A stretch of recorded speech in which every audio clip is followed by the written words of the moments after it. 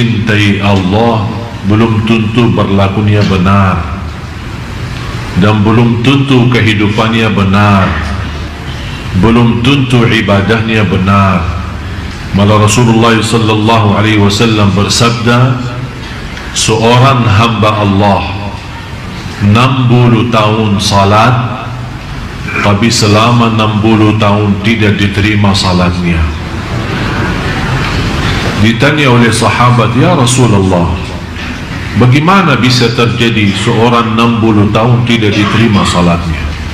Kata Rasulullah sallallahu alaihi wasallam, li'annahu la yutimmu ruku'aha wala sujudaha, karena dia tidak berusaha maksimal untuk menyempurnakan rukuknya dan sujudnya.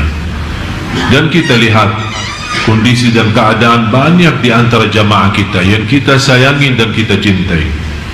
Banyak di antara jamaah terlalu kuburu selesaikan salatnya, apalagi salat sunnah qabliyah ba'diyah, apalagi duha dan yang lain-lain. Kapan kira-kira saatnya kita bisa menikmati ibadah salat? Jangan sampai kita termasuk dalam ancaman hadis Rasulullah sallallahu alaihi wasallam, 60 tahun tapi tidak diterima oleh Allah Subhanahu wa taala salatnya. Nauzubillah. Mudah-mudahan kita semua menjadi orang-orang yang bisa mendekatkan dirinya kepada Allah karena salat yang khusyuk, salat yang sempurna rukuknya dan sujudnya. Marilah kita sama-sama mempelajari dan masuki kepada amalan-amalan yang bisa membawa kita, bukan hanya kita cinta Allah, tapi Allah Subhanahu wa ta'ala juga mencintai kita semua. Karena mendapatkan kenikmatan dicintai Allah, ini sebuah kenikmatan yang cukup istimewa.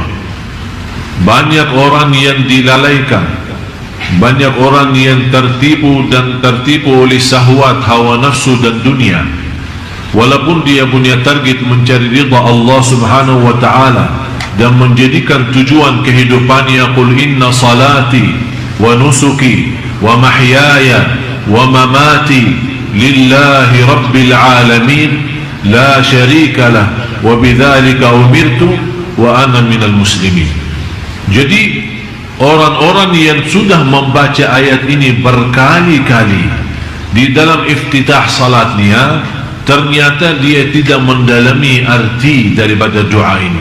Dia tidak merasakan kekuatan doa ini dan tidak menikmati bagaimana bisa terwujud benar-benar inna salati wa nusuki wa mahyaya wa mamati lillah, semata-mata karena Allah, syukur karena Allah, sabar karena Allah, ikhlas karena Allah, salat karena Allah, bersedekah karena, silatul rahim karena. Di mana saja berada, selalu kita menjadikan diri kita dan kurbankan segala yang kita miliki karena Allah, baru akan terbentuk, akan Allah balas mencintai kita. Orang-orang yang dicintai Allah Subhanahu wa ta'ala, orang yang senantiasa membaca Al-Quran. Tapi bagaimana prinsip orang baca Al-Quran tapi dicintai Allah? Karena selama ini Bapak Ibu, saya yakin anda semua suka baca Al-Quran. Malah ada yang saya kenal 1 minggu, 2 minggu kurang lebih khatam Al-Quran. Kurang daripada 1 bulan dia mampu khatam Al-Quran. Malah ada yang dalam 1 bulan khatam 2 kali, ada malah 3 kali, 30 juz dalam 1 bulan. Tapi masalahnya bukan berapa banyak baca, tapi bagaimana membaca. Selama ini kita membaca Al-Quran untuk mengkhatamkan, tapi yang saya minta kali ini agak sedikit kita rubah. Bagaimana saya bisa baca Al-Quran tapi saya mendapatkan Allah mencintai saya?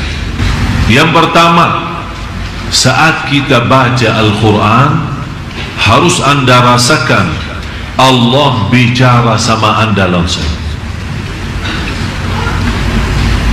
Allah bicara sama kamu. Ya ayyuhalladzina amanu, hei orang.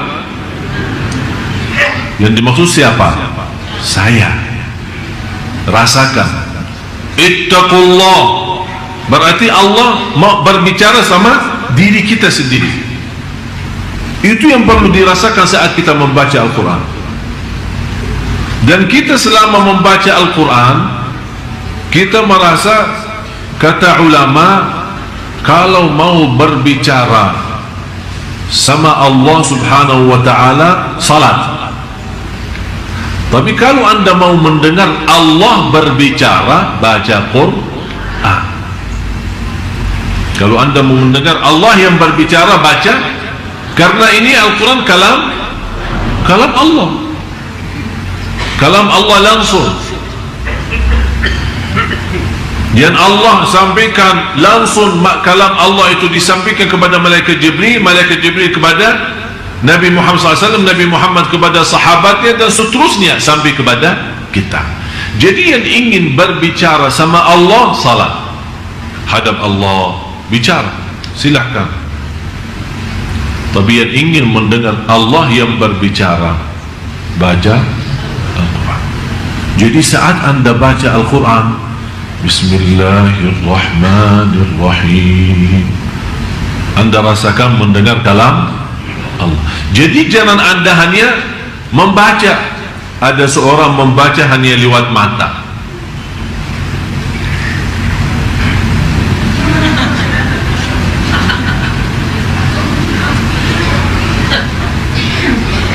Tidak akan bisa rasa. Kenapa? Apa manfaatnya suara?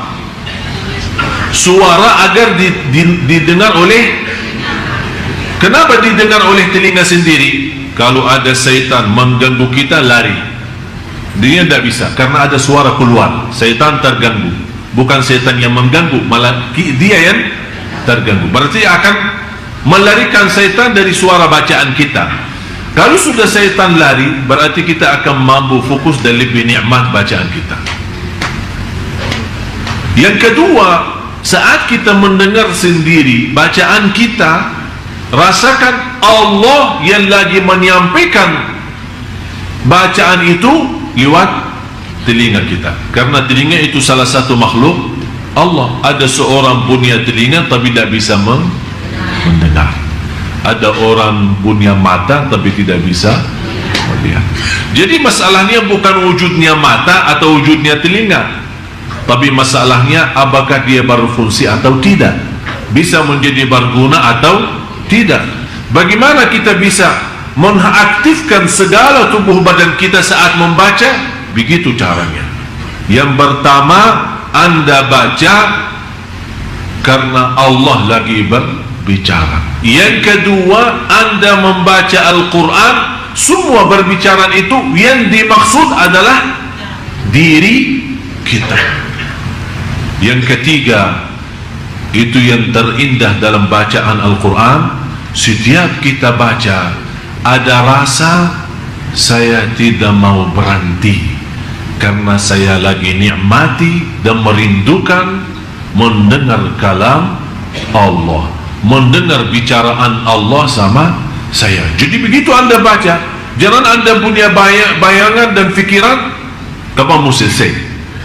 Malah justru yang anda harus rasakan, saya tidak mau selesai, saya mau terus lazat, saya mau nikmat, karena Allah lagi bicara sama saya. Sudah paham 3 poin ini? Itu namanya membaca Al-Quran. Dan 3 hal ini baru akan